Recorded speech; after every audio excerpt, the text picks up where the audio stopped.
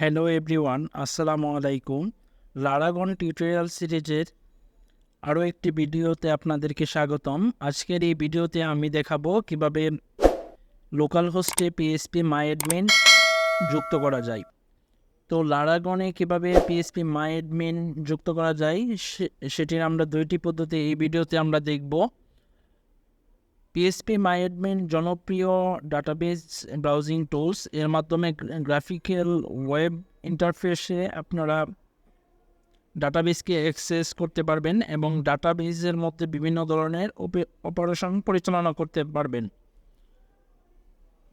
phpMyAdmin local হোস্টের পাশাপাশি web সার্ভারেও ব্যাপকভাবে ব্যবহৃত হয়, তাই এই টুলসটি সম্পর্কে ভালো জ্ঞান রাখলে ভবিষ্যতে যখন আপনাদের ওয়েবসাইটকে সার্ভারে আপলোড দেবেন তখন এর ডাটাবেস সংক্রান্ত যত ধরনের জটিলতা তা আপনারা খুব সহজেই phpMyAdmin-এর মাধ্যমে সেরে ফেলতে পারবেন। তো লারাগনে phpMyAdmin-কে যুক্ত করার জন্য দুইটি পদ্ধতি রয়েছে। একটি হলো phpMyAdmin-এর অফিসিয়াল ওয়েবসাইট থেকে phpMyAdmin ডাউনলোড করে লারাগনের রুট ফোল্ডারে রাখলে বা অ্যাপস ফোল্ডারে রাখলে সরাসরি কাজ করে।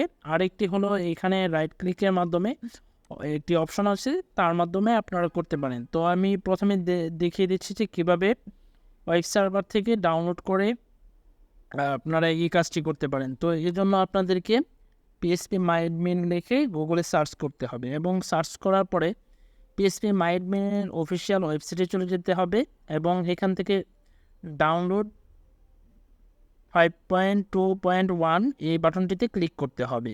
তো আমি ক্লিক করলাম। ক্লিক করার পর দেখা যাচ্ছে যে এখানে আমার ডাউনলোড অলমোস্ট ডান।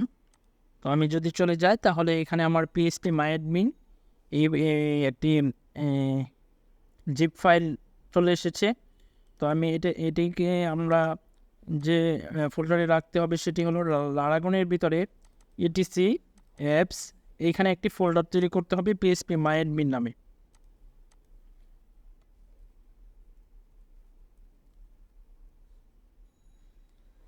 এবং এটার ভিতরে থাকা সমস্ত ফাইল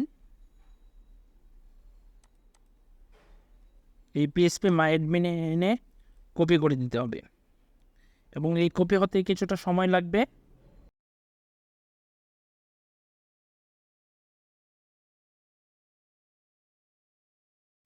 তো আমার সবগুলো ফাইল কপি হয়ে গেছে phpMyAdmin ফোল্ডারে এবং আমরা দেখতে পাচ্ছি এই ফোল্ডারটি।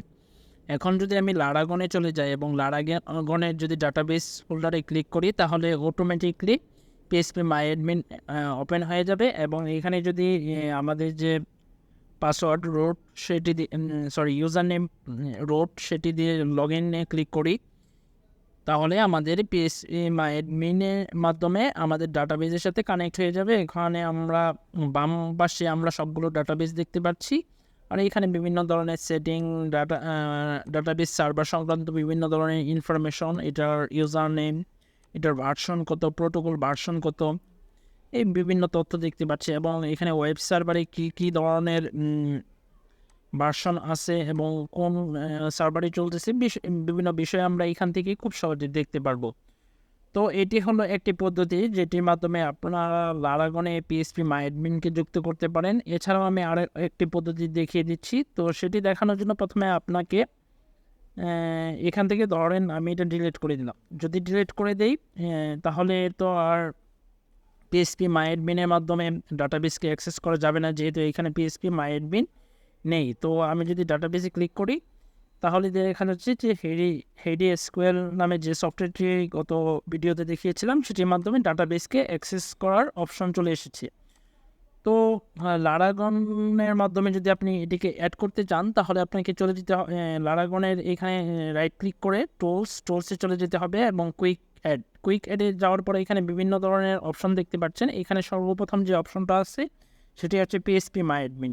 এটিতে ক্লিক করে দিলেই phpMyAdmin অটোমেটিকলি ডাউনলোড শুরু হয়ে যাবে এবং ডাউনলোডের পর অটোমেটিকলি এক্সট্রাক্টিংয়ের মাধ্যমে এটি ইনস্টল হয়ে যাবে লারাগনে।